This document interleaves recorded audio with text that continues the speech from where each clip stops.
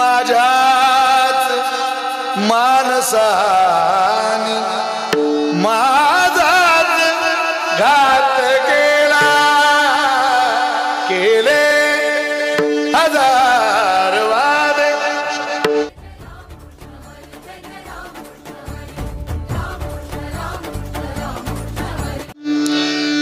हे ईश्वरा सांगना कासा घात केला भावनांचा कारखाना माणसाच्या आत केला केले हजार वादे अनपक्षपात केला केले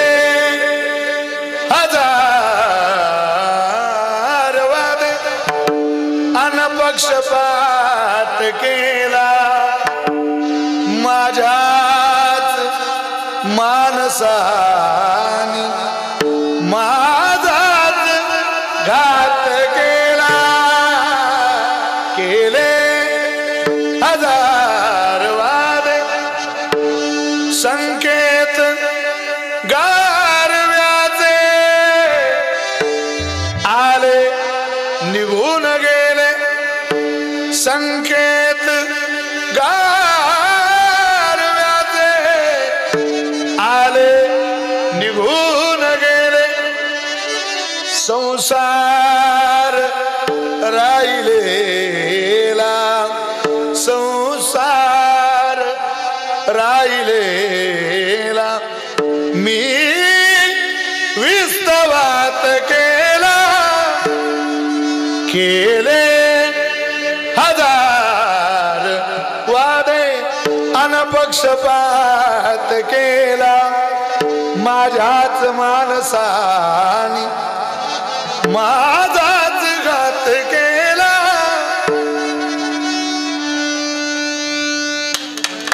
काय केलं कोण म्हणतं ती नाचणारी गाऊन सांगते इथं मला फसवणारे खूप भेटले कोण कोण आलं कोण कोण फसवून गेलं त्याने छुपा घरोबा होता मनात केला चाहुलती दग्याची न लागली कुणाला चाहुलती दग्याची न लागली कुणाला त्याने छुपा घरोबा होता मनात केला केले हजार वादे अनपक्षपात केला माझ्याच मानसा माझाच घात केला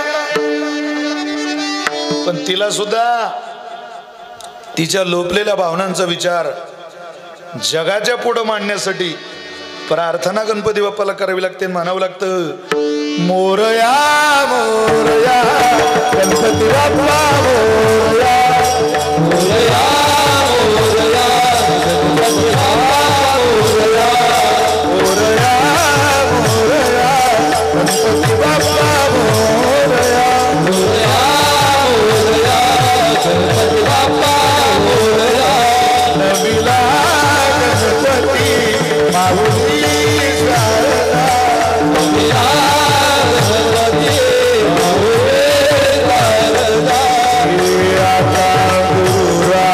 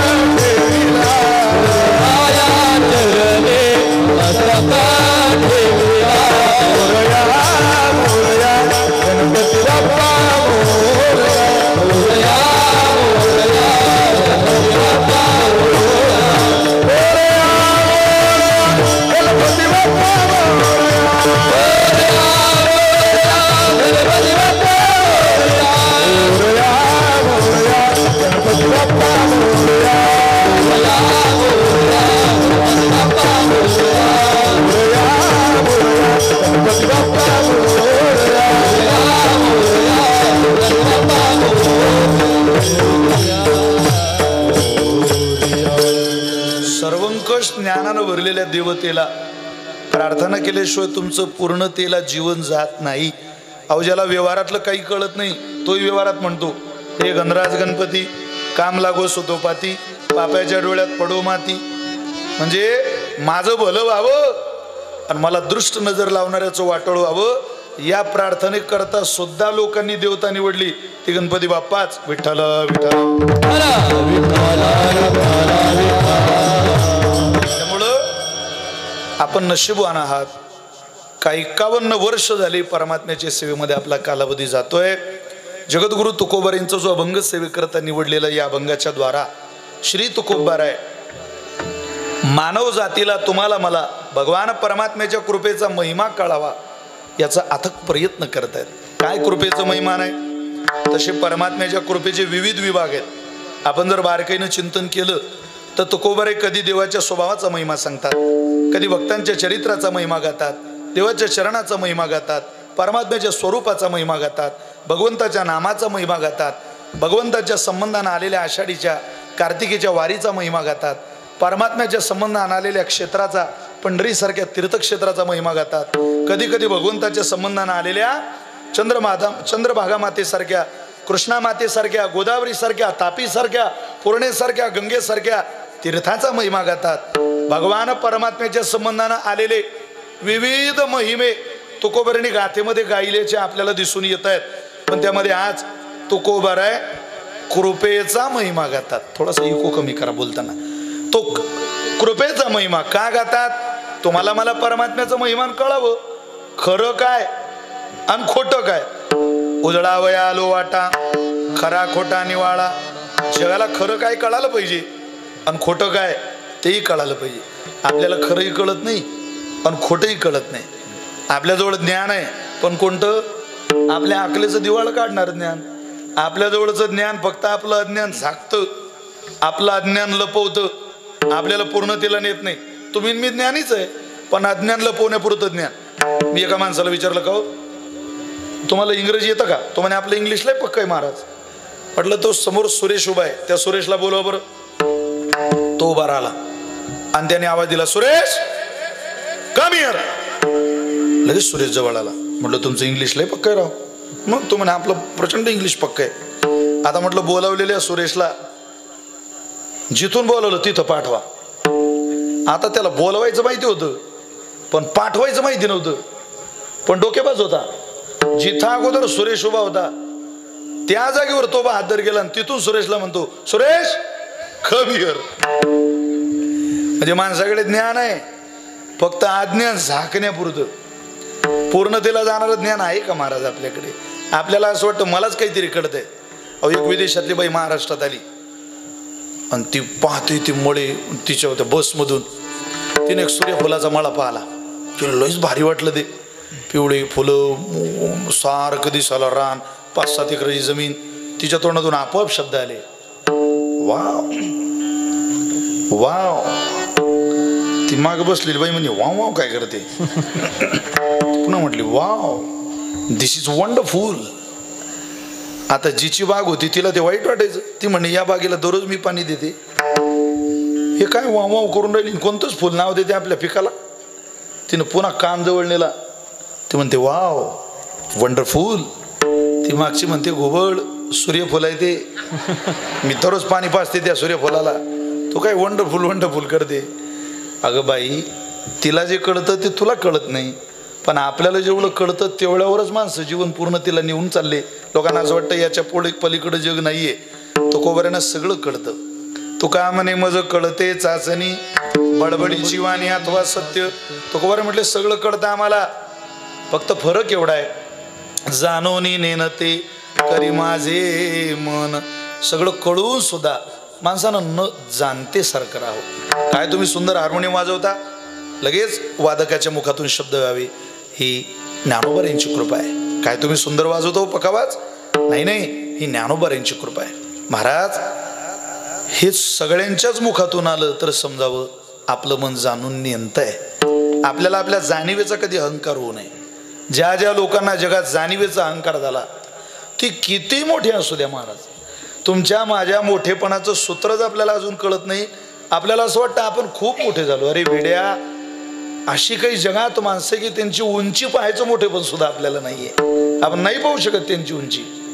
पण नियतीनं ठरवलं, काळ बदलला आणि माणसं माघारी आली. का? ज्या ज्या लोकांनी जमिनीवरच्या लोकांना न तपासता, जवळच्या लोकांची कदर न करता, जवळच्या लोकांचा परिचय न करून घेता, जवळची माणसं प्रेमानं आपुलकीनं जिव्हाळ्यानं न सांभाळता, केवळ पुढं गेल्यानंतर आता पुढेच जायचं, या पवित्र जीवनाचं सिंहावलोकन करायचं नाही असं ज्या ज्या लोकांनी ठरवलं, नापास झाली माणसं. मोठी मोठी होती, माघारी यावं लागलं. या देशाच्या सगळ्यात लाडक्या पंतप्रधानांना सुद्धा पराभव पत्करावा लागला, हे लक्षात ठेवा. एक काळ असा होता इंदिरा गांधींचा की त्या काळात लोक म्हणायचे इंदिरा गांधी पराभूत होणं शक्य नाही. लोकांनी पराभूत केलं होतं. सत्ता शहाणपण कोणाच्या बापदादीची जहागीरदारी नाहीये. जेव्हा जेव्हा माणसाला जाणीवेचं शहाणपण होतं, जेव्हा जेव्हा माणसाला जाणीवेचा अहंकार होतो, तेव्हा तेव्हा जगाचा मालक सूत्र हलवतो आणि हलवलेलं सूत्र बरोबर पदराला लावून देतो. कर्ण खाली उतरला, त्याच्या रथाचं चाक पडलेलं होतं आणि तेवढ्यात भगवंतानं आदेश दिला, अर्जुना शस्त्र नाही त्याच्या हातात, आता कर वार. वारावर वार, वारावर वार, अनेक वार केले. त्यावेळेला कर्णानं हाक दिली भगवंताला, अर्जुनाचं सोड. देवा तू तर न्यायाचा प्रिय आहेस ना रे. तुझ्या दरबारात न्याय विकला जातोय. ज्या देशामध्ये न्याय विकला जातो तिथं सत्ता, शहाणपण, प्रतिष्ठा, सन्मान, अभ्यास, ज्ञान काही उपयोगाला येत नाही महाराज. विद्वत्ता सुद्धा कामाला येत नाही. एखाद्यानं ठरवलं तुम्हाला त्रास द्यायचा आहे, एखाद्याने ठरवलं तुम्हाला फसवायचंय, एखाद्याने ठरवलं तुम्हाला अडकवायचंय, आणि तिथं जर तुमची न्यायाची देवता कामाला येत नसेल, समजावं जगात आता न्याय विकला जातोय. न्यायाला देवता आता म्हणून तिची पूजा करण्याचा काल राहिलेला नाही, संपत चालला. न्याय विकतही माणसं घ्यायला लागली आणि न्याय विकायला सुद्धा माणसं लागली. काय करावं? थोडंसं तपशिला शिरा, बारकाईनं विचार करा. जगात काय होत आहे आपल्या सभोवताली पा.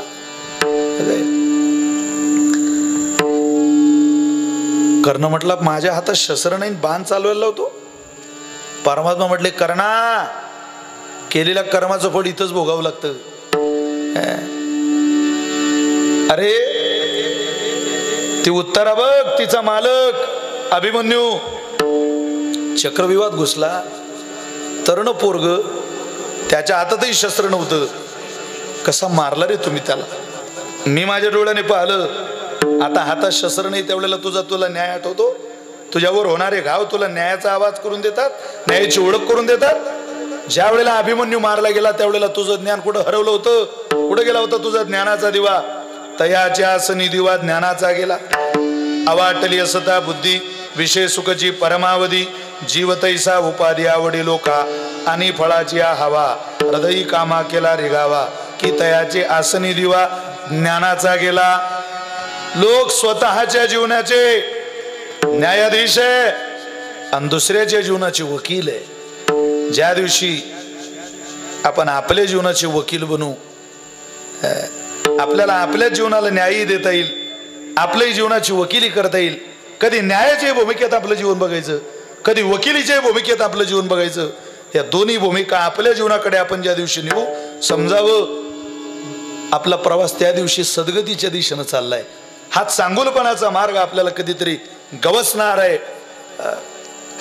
हा प्रवास आपण चालू ठेवावा, परमात्मा कृपा करेल. पण आपल्याला खरं खोटं कळत नाही. तुमच्याकडे बस्ता फाडायची पद्धत आहे का? बस्ता कधी फाडला जातो? लग्नात बस्ता फाडतात ना. काय करतो त्या बस्त्यातल्या लोकांना? आता आमच्या विदर्भात, खानदेशात खूप ही पद्धत होती. आता कमी झाली. पुरे 50-50, 100-100 माणसं बस्ता फाडायला. पर 100 माणसं बस्ता फाडायला धेल्याचं ज्ञान नाही, कवडीची अक्कल नाही. कपडा फाडायला गेलेल्यांना 50-100 जण एखाद्या दुकानात घुसायचे. चला दाखवा कपडा, बारी दाखवा, अजून दाखवा, बारी दाखवा, याच्यापेक्षा चांगला दाखवा. स्वतःत फरक वाटतोय, चांगला दाखवा. कपड्यात फरक वाटतोय, चांगला दाखवा. रुबीचा दाखवा, अमुकचा दाखवा, डमुकचा दाखवा, हा कपडा दाखवा, तो कपडा दाखवा. ते म्हणले काय एक कपडा घालायचा नाही. नवरदेव नवरीला लग्न कोणाच्या घरचं तुम्ही काय कपडे दाखवताय? 100 माणसं दुकानातून उठले, दुकानाच्या बाहेर जायला लागले. त्या दुकानाचा मालक नेमका दुकानाच्या उंबरठ्यावर आला आणि त्यानं पाहिलं 100 माणसं दुकानातून बाहेर जात आहे. हा अपमान होईल आपला. मार्केटमध्ये धंद्याची रीत असते, धंदा करणाऱ्याला धंद्याची टेक्निक असते. तो म्हटला राम राम राम राम. का हो पाटील निघाले? अहो म्हटले तुमच्या दुकानात आलो शेठ, 100 कपडे दाखवले तुमच्या नोकरांनी पण एक कामाचं नाही. बघा मालक काय म्हणतो, अरे मूर्ख हो, तुम्हाला कळतंय का आपल्या दुकानात कोण आलंय? यांचे ना आपले 3 पिढ्याचे संबंध आहे. ज्याचे संबंध आहे त्यालाही माहिती नसतं याच्यानं आपल्या 3 पिढ्या कधी गेल्या बा संबंधात. पण धंद्याची रीत आहे ती. अरे यांच्या लग्नाची चर्चा अख्ख्या जिल्ह्यात आहे. त्यांच्या लग्नाच्या दिवशी आपल्याला आपलं दुकान पण ठेवावं लागणार आहे. आणि तुम्ही आमचं नाव घालवता, आमची इज्जत घालवता. जरा आमची इज्जत राहील असा तरी कपडा त्यांना दाखवा. पाटील मला थोडा यायला उशीर झाला, मी तुमच्याकडे तर लस्सी सांगायला गेलो होतो. तुम्ही कपडा कुठेही घ्या, लस्सी एकदा आणली तेवढी पिऊन जा. तुमच्याकरता माखन घालून तुपातली लस्सी आणली, तुम्ही आण रे बाबा ती लस्सी पटकन. तुम्हाला कपडा घ्यायचा तिथं घ्या, पण मी माझ्या पुतण्याच्या लग्नाकरता सुरतवरून 2 तागे बोलवले, तेवढे एकदा नजर टाका. तुम्ही बघून तर घ्या. आण रे तो सुरतचा कपडा. आता नोकराला हेच कळत नाही, यानं 2 तागे सुरतून आणले कोणते आपल्या दुकानात. म्हणतो यांना काय ठाऊकते, मला जाणावं लागेल. स्वतः मालक गेला, कापडाचा तागा आणला आणि फेकला. सुतात फरक सापडला, नाव बदलून ठेवा. वजनाला हलकं रुबीचं कापड आहे, मिलमध्ये फरक नाही, प्युअर कॉटन. अंगावर घातल्यावर 100 जण विचारतील कुठून आणला कुठून आणला कुठून आणला. आतापर्यंत कोणी घातला नाही, स्पेशल बनवूनच घेतला. रेशम काय लागतं याच्या पुढं? अहो याच्या पुढं कुठलंही कापड फिक आहे, कोणत्याही मिलला आणा, हा कापड तयार झाला नाही, हा तागा पाहायला मिळणार नाही. या ताग्यासारख्या तागाच माझ्या दुकानात आला नाही. माझं आयुष्य चाललं साहेब या धंद्यात, पिढ्यानपिढ्या गेल्या आमच्या, पण इतका देखना कापड आमली कधी आणला नाही, बोलावला नाही. आता घरचं पुतण्याचं लग्न होतं, त्याचा आग्रह होता चांगला कापड बनवून घ्या. मिलला मागवला, स्पेशल कपडा बोलवून घेतला. तुम्ही घेऊ नका, हा मी माझ्या घरच्या करता बोलावलाय, फक्त बघून घ्या. जमू शकतं ना आपल्याला? सवय करून ठेवली, कधी काय चालू करावं लागेल ते काही सांगता येतं का? माणसं म्हटले खरंच चीज आहे. शेड्याचा भाव माफ करा, हा तुम्हाला परवडणार नाही. पाच धंद्याची टेक्निक, हा तुम्हाला परवडणार नाही. तुम्ही एक काम करा, तुम्हाला किती कापड लागतोय मला तेवढं सांगा, मी सुरतून 2 तागे तुमच्या करता याच कापडातला थोड्या हलक्या भावाचा मागून देतो. ते म्हटले शेठ या कपड्याचा भाव सांगा. म्हटले हा थोडा महागडा आहे, हा 7,000 रुपये मीटरचा कपडा आहे. ते म्हटले फाडा. फाटला कपडा. नोकर म्हटले मालक यातला दुसरा तागा आम्ही दाखवला होता त्यांना, भाव काय सांगितला होता रे? म्हणे 500. म्हणे येडे हो, ते गाजर पारखी, त्या गाजर पारखांना 500चं 7,000 विकल्याशिवाय त्यांची पूर्ण थंडी होत नाही. आता त्यांची पूर्ण जिरलेली 7,000. त्यांना दिल्याचं ज्ञान नाही. जगात 2 प्रकारची माणसं आहे, एक रत्न पारखी आणि दुसरे गाजर पारखी. तुम्ही मी गाजर पारखी महाराज, पण तुकोबार आहे. तुका म्हणे मजा कळते बळबळीची वारी बळबळीची वारी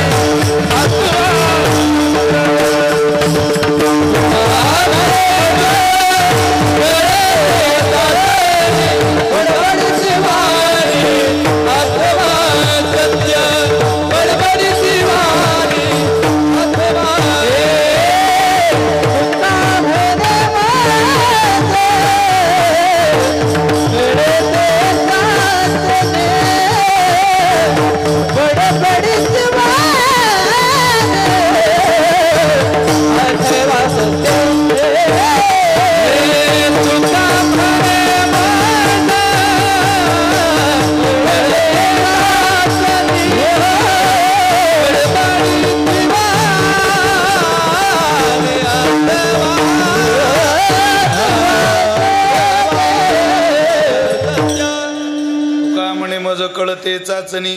तुकोबऱ्यानं कळतं सर्वंकष ज्ञान आहे तुकोबऱ्यानं. आम्हाला कळतं तुकोबऱ्या म्हटले तुमचं खरं काय तुमचं खोटं काय. तुम्हाला खरंही कळावं आणि तुम्हाला खोटंही कळावं याकरता परमात्म्याची कृपा तुम्हाला सांगायला आलो. तुम्हाला जर परमात्म्याची कृपा संपादन करायची असेल तर तुम्ही माझा ऐका. तो कृपा करतो पण कोणावर? कृपावंत किती दीन बहु आवडती, तो दिनावरती कृपा करतो. आता दिन म्हणजे दोन, एक प्रपंचातला दिन वेगळा आणि परमार्थातला दिन वेगळा. प्रपंचातला दिन, प्रपंचात तुम्ही मी दिनच आहे, आपण प्रत्येक जण दिनच आहे. आता इथं बाहेरगावची बरीचशी मंडळी आलेली आहेत, आमचे माऊली औंडवरून आले दाम्पत्य. आपण बघतोय प्रपंचात दीन झाल्याशिवाय माणसाचा प्रपंच सक्सेस होत नाही. प्रपंचात गरीबच बनावं लागतं. किती गरीब बनावं लागतं? अहो आता धोंड्याच्या महिन्यात आमच्या गावच्या एका जावयानं सासऱ्याला फोन केला. तो म्हणे सासरे वा तुमची पोरगी मला दिवसातून 4-4, 5-5 टाईम मारते हो. काय मार खाण्याची कॅपॅसिटी राहिली नाही माझी, एक हड्डी शिल्लक राहिली नाही अंगात, किती मारते तुमची पोरगी आम्हाला. असं फळ घातलं कडू. मी लोकांचा प्रपंच पाहतो, बिचारे दिवसभर हसता आणि झुंबराबर झुमशराबी तुमच्याबरोबर आमची खराबी. तुमची पोरगी आमच्या घरात आली नुसती मारायचंच काम करते राव मला. किती मारते तुमची पोरगी. या फळाचा आमच्याकडून सांभाळ होत नाही. किती दिवस सांभाळायचं आम्ही हे फळ. सासरा म्हणे मरेपर्यंत सांभाळ. त्या फळाचं झाड मी सांभाळून राहिलो, तू काय फळाचं कौतुक करतो. प्रपंच दिनाचाच आहे महाराज. इथं ज्याच्याकडे जावं त्याला विचारावं त्याचा प्रपंच. तो म्हणतो भातुकलीच्या खिळामधली राजा आणि करानी, अर्ध्यावरती डाव मोडीला अधुरी एक कहाणी, ही अधुरी एक कहाणी. कुठं प्रपंच नीट काय.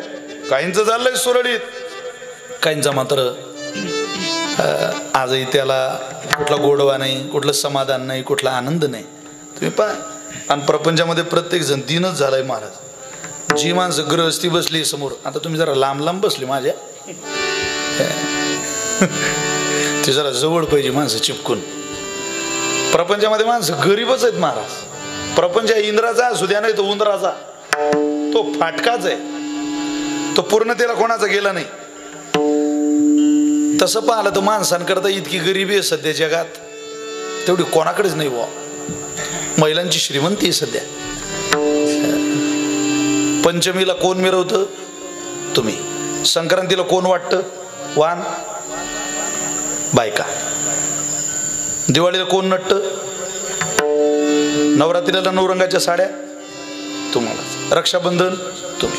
भाऊबीज आम्हाला सण सुद्धा नाही हो कोणता. एकच सण आहे हो होळीचा बॉम्ब लायला, दुसरा सण सुद्धा नाही. काय गरिबी आली माणूस जातीवर. माणसासारखं गरीब प्राणी नाही महिला मंडळीनं माझ्या मावल्या कोणता. या गरीबाचा सांभाळ करून घ्या तुम्ही. आता दिन आहे तर माणसं प्रपंचात. तुम्ही एसटी स्टँडला जा, असा गरीब दिसतो माणूस. पती के सिर पर बोझा देकर, पति के सिर पर बोझा देकर, हाथ हिलावत खुली सुहागन, तीरथ करने चली पति बेचारा बैल बना है, आप बनी है बली सुहागन, तीरथ करने चली रे सुहागन. नुसती परस्पर विरोधी म्हणून तर संतांनी आवाज दिला, भेद लयाला जाओ जगाला, भेद लयाला जाओ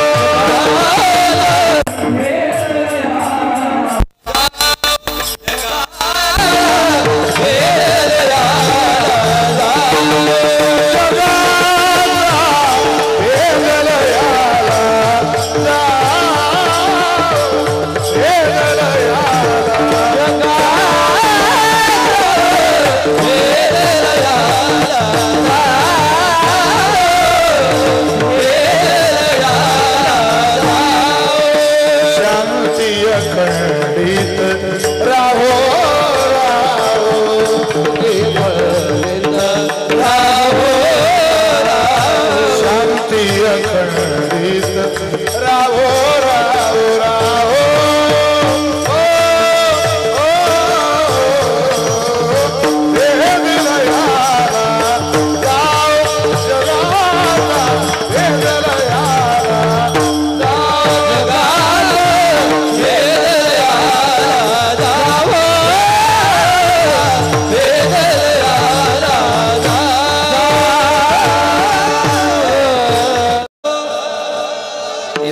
पत्नीतला भेद मिटत नाही तर बाकीचं कधी व्हायचं?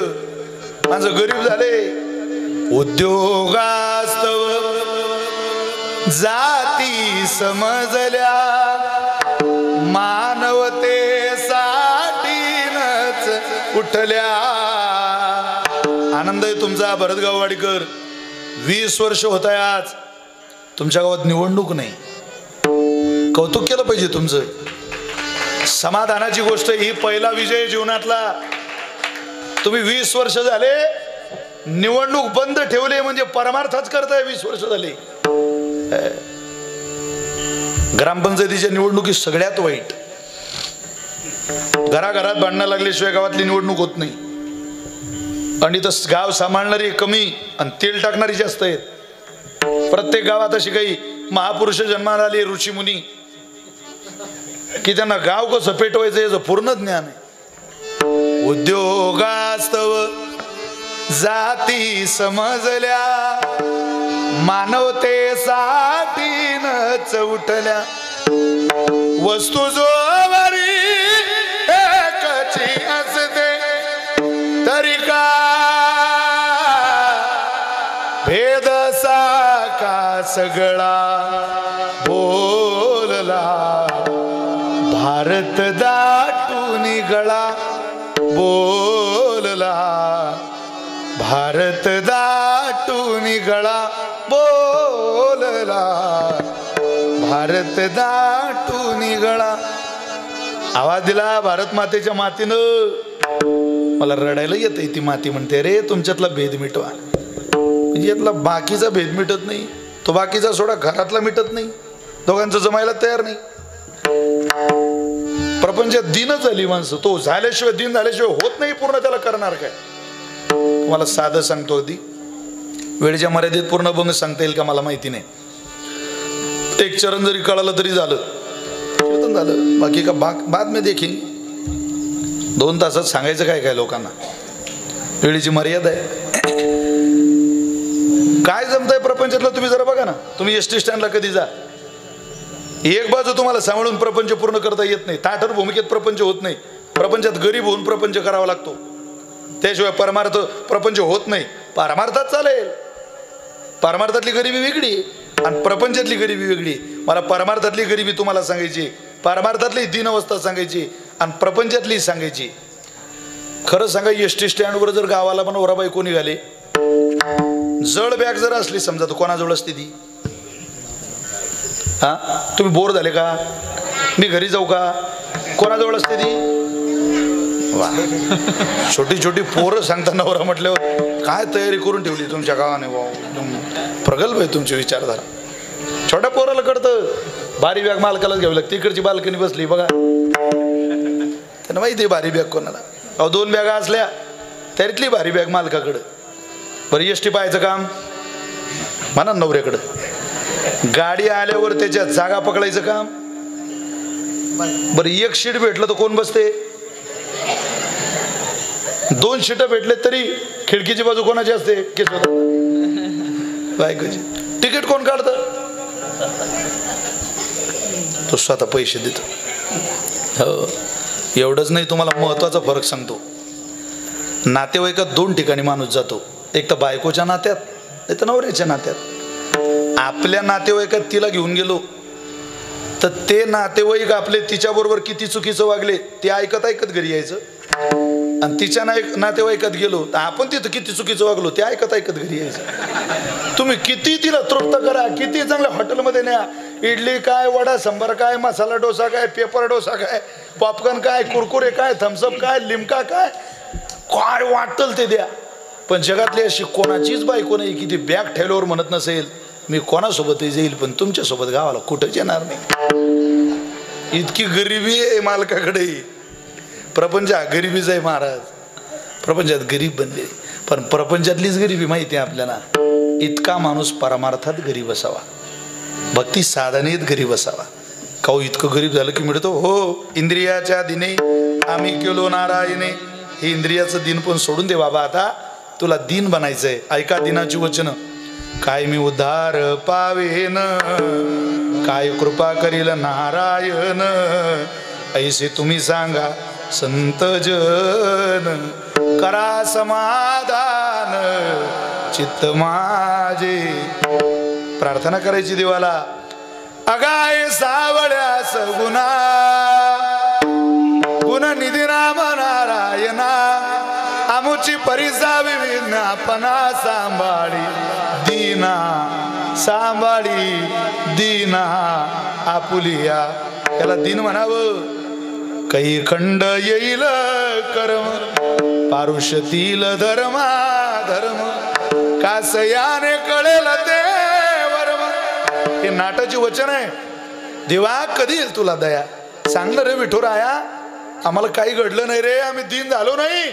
आम्ही प्रपंचातले दीन झालो. आम्हाला परमार्थातलं दीन बनायचंय.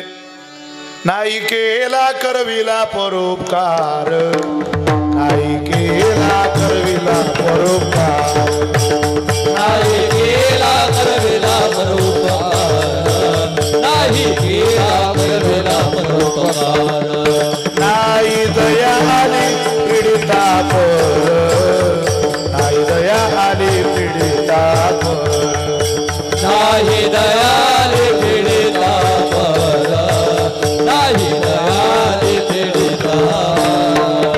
करून येतो केला व्यापार करून येतो केला व्यापार करून येतो केला व्यापार करून येतो केला व्यापार. बाईला बहार कुटुंबाचा बाईला बहार कुटुंबाचा बाईला बहार कुटुंबाचा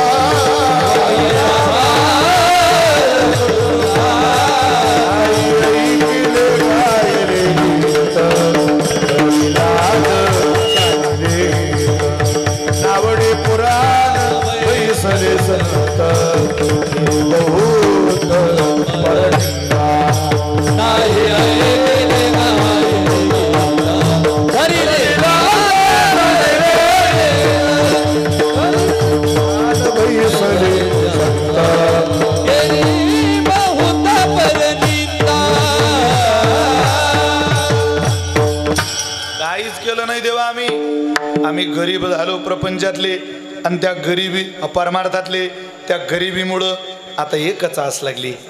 आम्ही खूप केलं हे प्रपंचात गरीब राहून पण आता आम्ही काय मी उद्धार पावेन कधी कृपा करशिनेने कधी कृपा करशिनेने कधी कृपा करशिनेने. तू का म्हणे भूक डोळा पहा वया मुख. आता तुझ्याशिवाय दुसरी भूक सुद्धा लागत नाही. देवाशिवाय दुसरा मनात न विचार येणं नामदीन. बस नाठवे भूक नाठवे तहान नाठवे मोह नाठवे माया नाठवे ज्ञान काही जिथे आठव नाही. देहभाव बुडाला सारा नाही संसारासी थारा. भेटीला की जीवा लागले ते आस भेटीला की जीवा लागले ते भेटीला की जीवा लागले ते आस भेटीला की जीवा लागले ते आस. बाहेरा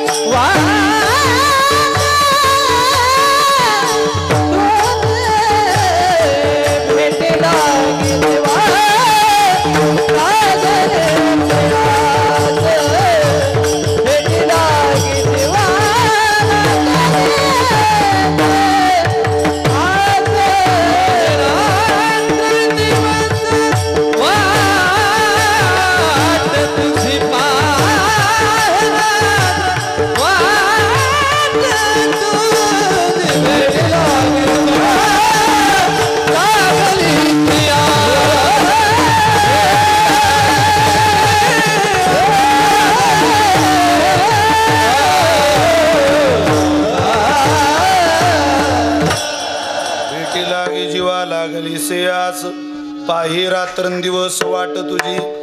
देवाची वाट कोणीही संबंधानं बघा, पण वाट पाहणं गरजेचं आहे. मी तुम्हाला दिन सांगतोय. किती दिन? तुम्हाला कृष्ण अवतारातलं एक उदाहरण सांगतो. ज्या वेळेला भगवान परमात्म्याचा जन्मोत्सव संपन्न झाला, त्यावेळेला कंसाने परमात्म्याला मारायला पहिल्यांदा एक बाई पाठवली. तिचं नाव हा. तुम्ही बोर झाले का? मी घरी जाऊ का? तर बोला ना, असं कंटाळा करू नका. तिचं नाव पुतना. हो, तिनं महाराज काय तयारी केली भगवंताला मारायची. Sari matching, blouse matching, lipstick matching, कंगन मॅचिंग, पैजन मॅचिंग, सगळं मॅचिंगच मॅचिंग. नामा म्हणे आली नंदाची या घरी, स्वरूपे सुंदरी देवांगना. सगळं बदलून टाकलं तिनं. आजी म्हणे बाबाले एक मॅक्षी आणा मले, जुन्या लुगड्याचा झाला धिंगाणा. ऐका कारभारी व आता बदलला जमाना. काळ बदलला. ती बदलत्या काळातली पुतना कृष्णाला मारायला चालली म्हणे. विषय घेऊन या निज असताना कृष्ण पुतना घेऊ आली प्राणा. तीही कृष्ण संगे जाना तय क्षणी उद्धरती. काय केलं तिने? जी विषयाची असताना पाणी मारू आली. वीज भरलं स्तनामध्ये आणि वीज भरून इको कमी वीज भरून नंदवाड्यात आली स्तनामध्ये. यशोदे दार उघड. भैयानं दार उघडलं. कोण ग? अगं मला ओळखलं नाही, मी तुझी बहीण. ती म्हणे आपली माम बहीण नाही, सखी बहीण नाही, चुलत बहीण नाही, फुई बहीण नाही. ही बहीण कोणती आपली? तिला काही ते बहिणीबद्दल. ती म्हणे जाऊ द्या, नातं काही चुकीचं लावत नाही, तिला मध्ये घेतलं पाहिजे. तिला मध्ये घेतलं. बसा. तुला मुलगा झाला? हो मला मुलगा झाला. कसं आहे ग तुझं बाळ? बाळ सगुण गुणाचे ताने, बाळ दिसतंय गोजिरवाने. खूप सुंदर आहे माझं बालक. बघू बघू, मला पाहू दे त्याला. ती म्हणे आता झोपला. कसं देऊ तुमच्याजवळ? आता मी पाळणा गाईला त्याच्याकरता. नेमकेच अंगही झालं तुम्ही आलात. त्याला दे माझ्याकडे. यशोदा म्हटली, मैया म्हटली मी त्याला देऊ शकत नाही. अगं दे ना, त्याच्या भेटीला आले, दे लवकर. अहो तो खरंच झोपलाय, तो खरंच झोपलाय एवढं म्हणता बरोबर हा बाबा पाळण्यातून रडायला लागला. आता देवाला वाटलं बवणीचं गिऱ्हाईक काही माघारी कसं पाठवता. पहिल्यांदा आली आणि तिचा अपमान करणं बरं नाही. परमात्मा रडायला लागल्यावर यशोदा मैयाला राग आला. जा, यालाच तिच्याजवळ जायचं म्हटल्यावर मी जाते कामाला. आणून दिलं त्याला रागा रागात आणि दिलं तिच्या मांडीवर. तिनं ते पोरगं पाहिलं. त्या पुतनेनं हळवार पोरगं पदराखाली घेतलं. भरतगाव वाडीकर कोण होती पुतना? ती बळीराजाची मुलगी रत्नमाला होती. ज्या वेळेला वामन अवतारामध्ये, आता काल वामन जयंती झाली बरं का, वामन अवतारामध्ये भगवान परमात्मा दारात गेले बलीच्या आणि तिथं दान मागितलं. तेरी द्वार खडा भगवान भगत भर दे रे झोली, भगत भर दे रे झोली. तेरा होगा बड़ा एहसान, जुग जुग रहेगी तेरी शान. भगत भर दे रे झोली, आज लुटा दे सर्वस्व अपना, मान ले कहना मेरा. भीख मांगने आया है दर पे, जगत का पालनहारा, जगत का पालनहारा. तेरा होगा बड़ा एहसान, जुग जुग रहेगी तेरी शान. भगत भर दे रे झोली. दारात गेला देव आणि राजा बलीला दान मागितलं. त्या बलीराजाची मुलगी आली. राजा बडी आला. बडी वाळ ब्राह्मणाला दान. वामनाचं रूप घेतलेलं. शुक्राचार्य सांगायला आले वगैरे वगैरे. भाग कथा भाग फार मोठा आहे. मला माझा मुद्दा उपस्थित करायचा आहे. तो देखना परमात्मा वामन रूपात त्या रत्नमालेनं पाहला आणि तिच्या मनात भावना उत्पन्न झाली. आत असं पोरग जर मला असतं किंवा असं पोरग जर माझ्याजवळ आलं असतं तर मी त्याला मांडीवर घेऊन स्तनपान करवलं असतं. असं कुठं म्हटली ती? कुठं म्हटली? मनात न सांगता तुम्हा कोळो येते अंतर. आतल्या आत म्हटली. भगवान म्हटले तथास्तु, काळजी करू नको. तुला मला पाजायची इच्छा आहे, मी तुझ्या मांडीवर येतो. आता नाही. कृष्ण अवतारात त्याने दान मागितलं. त्रैलोक्याचं दान परमात्म्याला घ्यायचंच होतं, पण 3 पावलं भूमी मागून बुद्धी चातुर्यानं 3 पावलं भूमी मागून घेतली. पहिल्या पावलात खालचे लोक व्यापले, दुसऱ्या पावलात वरचे लोक व्यापले. सांग बली तिसरं पाऊल कुठं ठेवू? राजा बली म्हटला, प्रभू ठेवा माझ्या मस्तकावर. बली तू काही वेगळा आहेस का रे त्रिभुवनाच्या? वेड्या 2 पावलात त्रिभुवन आटलं आणि म्हणतो माझ्या मस्तकावर पाय ठेवा. मी तर ते 2च पावलात व्यापलंय, त्याच त्रिभुवनात तू राहतो आणि पाऊल तुझ्या डोक्यावर ठेवू कसं? राजा बली म्हटला, देवा तूच हुशार आहेस का बोलायला? अरे मी जे तुला दिलं ते दान आहे आणि मी दाता आहे. दान आणि दाता या दोन्ही गोष्टी भिन्न मानाव्या लागतील.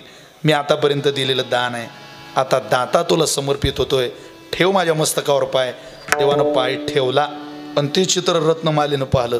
काही काळा अगोदर त्याला स्तनपान करून दूध पाजायची इच्छा झालेल्या पुतणेला बापाच्या डोक्यावर पाय ठेवणारा देव पाहला आणि ती म्हणे, असं जर पोरग माझ्या मांडीवर आलं असतं नाटकच केलं असतं दूध पाजायचं, तसं तर त्याला विषच पाजलं असतं. भगवान म्हटले, तथाच तू तथाच तू तथाच तू, काळजी करू नको. तुला दूध नाही रे बाई, विष पाजायचंय, तरी मी तुझी इच्छा पूर्ण करेन. विषय घेऊन या निजस्ताना, पोतना घेऊ आली प्राणा, तीही कृष्ण संगी जाना, तर एक क्षणी उद्धरती. ती आधी म्हणे, हे बालक आहे, हे बालक आहे, हे बालक आहे, हे बालक आहे, हे गोजीरवान आहे, हे देखणं आहे, हे बालक आहे. जसं पदराखाली घेतलं या बाबानं ओढायला लागलं.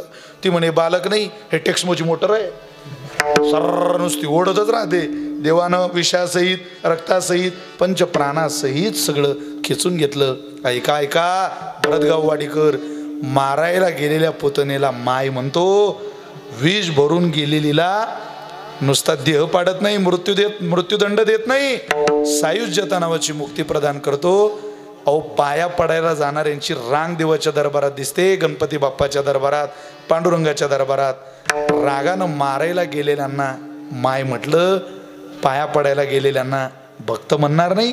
त्याच्या इतका कृपाळू या जगात दुसरा कोणी नाही. तुकोबाराय सांगतात, कृपावंत किती,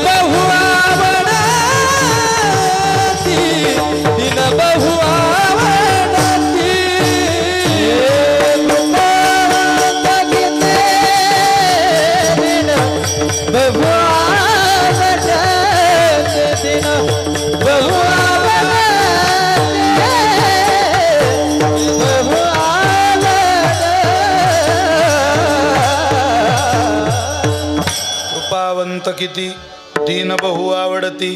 तो कृपाळूच आहे, तो दयाळूच आहे, तो कनवाळूच आहे, तो प्रेमळच आहे. पण कोणाकरता? दीन बहु आवडती, त्याला दीन आवडतात. जर मारणारी असेल, मारण्याच्या भावनेनं आली असेल, पण दीन झाली माझ्याकरता, मी तिला दिलं पाहिजे. आपण कधी होऊ दीन? आता हे प्रपंचातलं दीन पण सोडून द्या. म्हणजे प्रपंच सोडायचं आहे असं नाही, काय आपल्यासोबत यायचं नाही किंवा तुम्हाला संन्यासी व्हायचं नाही. आहात तिथंच भगवान परमात्म्याची आपल्या जवळच आहे हो. फक्त हरवलंय प्रपंचातली भूमिका. संकल्पावी माया संसाराची, संसारावरचं काढायचं, देवाला लावायचं. आपल्या जवळच असतं पण आपल्याला कळत नाही. एक माणूस हॉटेलला गेला म्हणतो चहा आण, वेटरनं चहा आणला, अरे म्हणे गळा याच्यात माशी, चहा परत दिला. दुसऱ्यांदा चहा आणला, अरे याच्यात माशी. तिसऱ्यांदा चहा आणला, अरे याच्यात माशी. चौथ्यांदा चहा आणला. तो म्हणे काय मूर्ख माणूस आहे तू, चौथ्यांदा चहा आणला, यातही माशी. तो म्हणे भाऊ माशी चहात नाही, माशी तुमच्या चष्म्याच्या काचावर आहे. मी किती वेळ चहा बदलो आणि मी काही चहा बदलत नव्हतो. गेलो की आलो, गेलो की आलो, गेलो की आलो. मला वाटलं तुमच्या लक्षात येईल, पण तुमच्या लक्षातच येईना. त्याला मी काय करू? तसं तुमचं माझं झालंय. तुझा हे तुझं पासी, परी तू जागा चुकलासी. आपला आपल्या जवळच आहे, पण आपल्याला जवळचं परमतत्व कळत नाही, आपण ते निहाळत नाही. तू निहाळ ना बाबा. दीन बहु आवडती. तू एकदा निहाळलं की तू सुद्धा त्याचा आवडता बनशील. त्या आवडणाऱ्या दिनाकरता काय करतो? त्यांचा भारवाही माथा करी योग क्षेम चिंता. एखाद्या गोष्टीचा योग येणं सोपं आहे. अनन्याश्चिंतयन्तो माम हे जना पर्युपासते तेषां नित्याभियुक्तानां योगक्षेम वहाम्यहम. पंथ ते चुकले आपुल्या मतीचे, तया मागे त्यांची तेची हाल. अनेक लोकांचे हाल झाल्याच्या घटना आपण ऐकतो. देवानं कृपा केली तरच क्षेम होतो. नाही तर संधी येत असते. मानवी नरदेहाची संधी सगळ्यांनाच आहे, पण गाण्याची संधी, गाण्याचा योग, भजन म्हणण्याचा योग देव सगळ्यांना देत नाही. गळा प्रत्येकालाच आहे, पण प्रत्येकाचा गळा परमार्थिक साधनेकरता खर्च होतो असं म्हणता येत नाही. हात बऱ्याच लोकांना आहे, पण सगळ्याच लोकांचे हात पखावाजासारखं गोड वाद्य वाजवू शकत नाही. मुखकमल प्रत्येकाला आहे, पण प्रत्येकाचं मुखकमल देवाचे गुण गात नाही. हा आलेला योग, आलेली संधी, त्या संधीचं सोनं परमात्म्याशिवाय दुसरं कोणी करू शकत नाही. योगक्षेम चिंता करी कोणाची, त्यांचा कोणाचा दीन बहु आवडती, त्यांचा भारवाही माता दीन बहु आवडती. करी योगक्षेम चिंता, त्यांचाच योगक्षेम चालवतो. प्रचंड खुलासा करून तुकोबऱ्यांनी देवाच्या कृपेचा महिमा या ठिकाणी गायलेला आहे. अधिक वेळ विस्तार करत नाही, एक 5-7 मिनिटामध्ये सेवा समर्पित करतो. महाराज कोणाचा सांभाळ केला आणि कोणाला त्या बाबाने वाचवलं, कुठं कुठं सांभाळलं.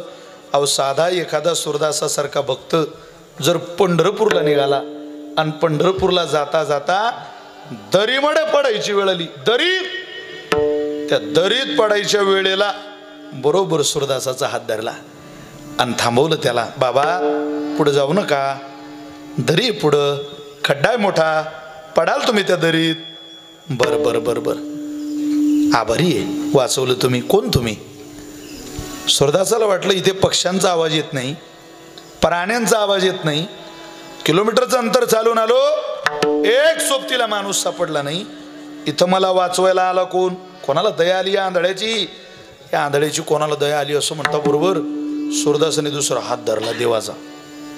कोण आहेस तू? परमात्म्याला समजला, रे याने जर आपल्याला ओळखलं तर हा बाबा सोडणार नाही.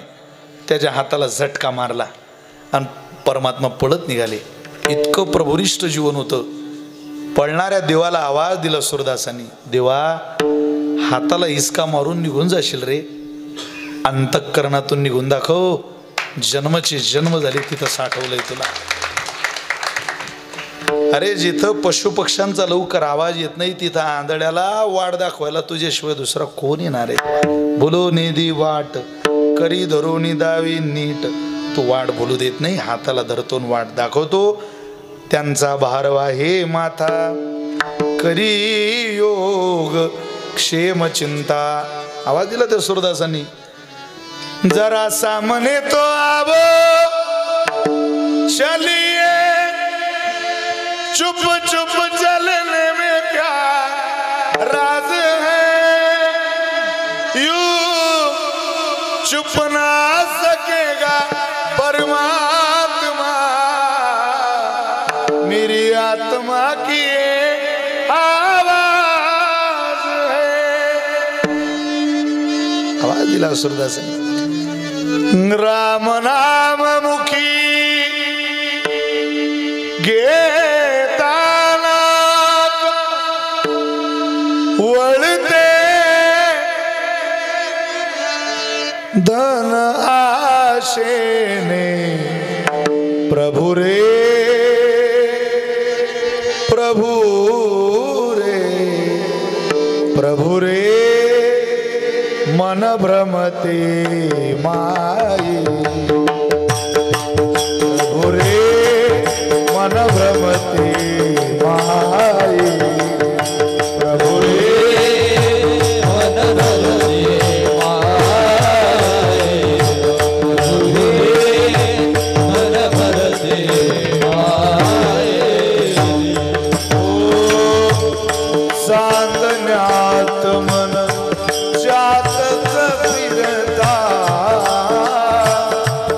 सांगण्यात मन चातक फिरता, व्याकुळता लोभा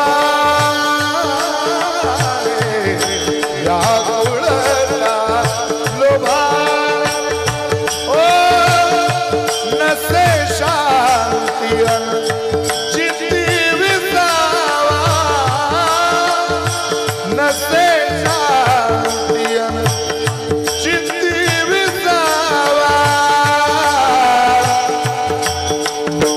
ओडी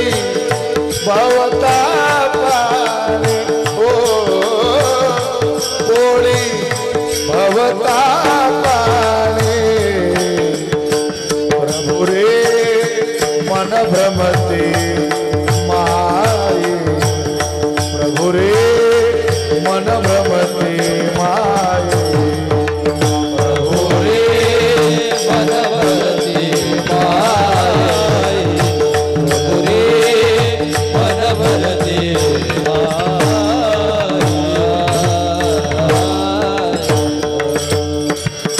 सूरदास प्रभु तव दर्शना सूरदास प्रभु तव चरणासी वळते मन आशेने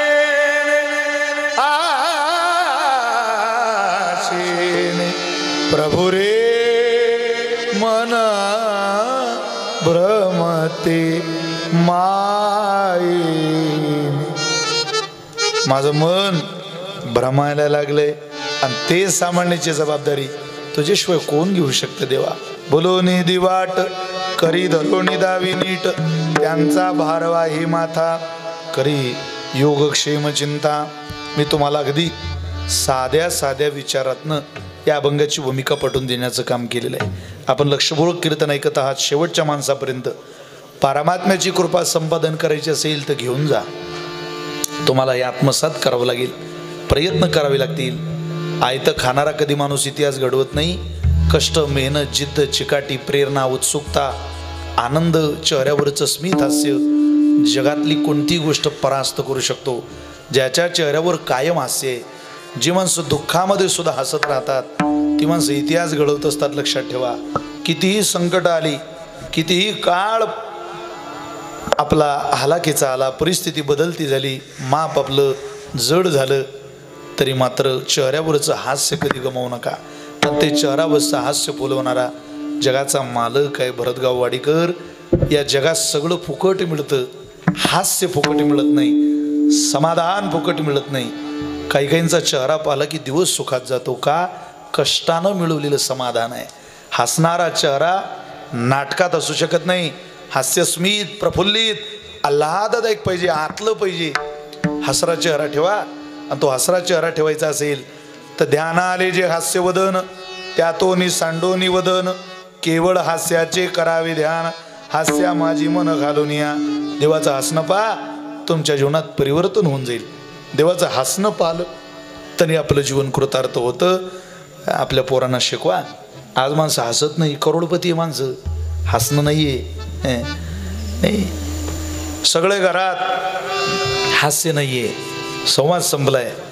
बसलेल्या लोकांना माझी प्रार्थना आहे जे सगळ्यांनाच करायची गरज आहे काळाची आज जिथपर्यंत माझा आवाज जातोय त्या प्रत्येकाला माझं सांगणं आहे दिवसातला 1 तास तरी आपला मोबाईल दररोज स्विच ऑफ करा 1 तास ज्या दिवशी तुमचा मोबाईल स्विच ऑफ होईल आणि जगातली कोणती चर्चा उंबरठ्याच्या बाहेरची चर्चा तुमच्या उंबरठ्याच्या आत नसेल लावलेल्या दरवाज्याच्या कडीच्या आत जगातली तुमची कोणतीच चर्चा येणार नाही त्या दिवशी तुम्ही मन मुराद हसू शकता बाहेरच्या चर्चा माणसाला हसू देत नाही अंधड रडूही देत नाही बाहेरच्या चर्चांना कुलूप लावा उंबरठ्याच्या आत येऊन बाहेरच्या चर्चा स्विच ऑफ करा आणि आईवडिलांच्या चर्चा ऐका बहिणीच्या भावाच्या चिमुकल्यांच्या घरातल्यांच्या चर्चा ऐका कधी कधी अशिक्षित लोकांच्या चर्चासुद्धा चेहऱ्यावर हास्य फुलवतात किती दिवस या पुस्तकी ज्ञानाच्या किड्यांमध्ये वळवळ करता हे पुस्तकी ज्ञानाचे किडे आपल्याला पंडित बनवू शकतात